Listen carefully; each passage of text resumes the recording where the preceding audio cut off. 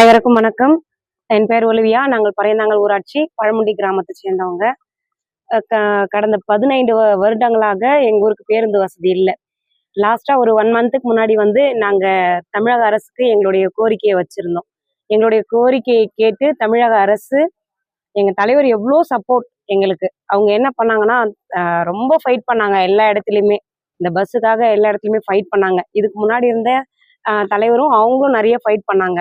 இப்போ எங்களுக்கு அந்த பேருந்து வசதி இன்னைக்கு எங்க ஊராட்சிக்கு கிடைச்சிருக்கு. அதுக்காக தமிழக அரசுக்கு நாங்க நன்றி சொல்றோம். சட்டமன்ற உறுப்பினருக்கும் நாங்க நன்றி சொல்றோம். அந்த டிபார்ட்மெண்ட் சார்ந்த போக்குவரத்து டிபார்ட்மெண்ட் சார்ந்த எல்லா அதிகாரிகளுக்கும் நாங்க நன்றி சொல்றோம். எங்க பொதுமக்கள் சார்பாக எங்க ஊருக்கு பேருந்து வசதியை அளித்ததுக்காக நமது சிஎம் அவர்களுக்கும் மனமார்ந்த நன்றிகளை தெரிவித்துக் கொள்கிறோம். நன்றி.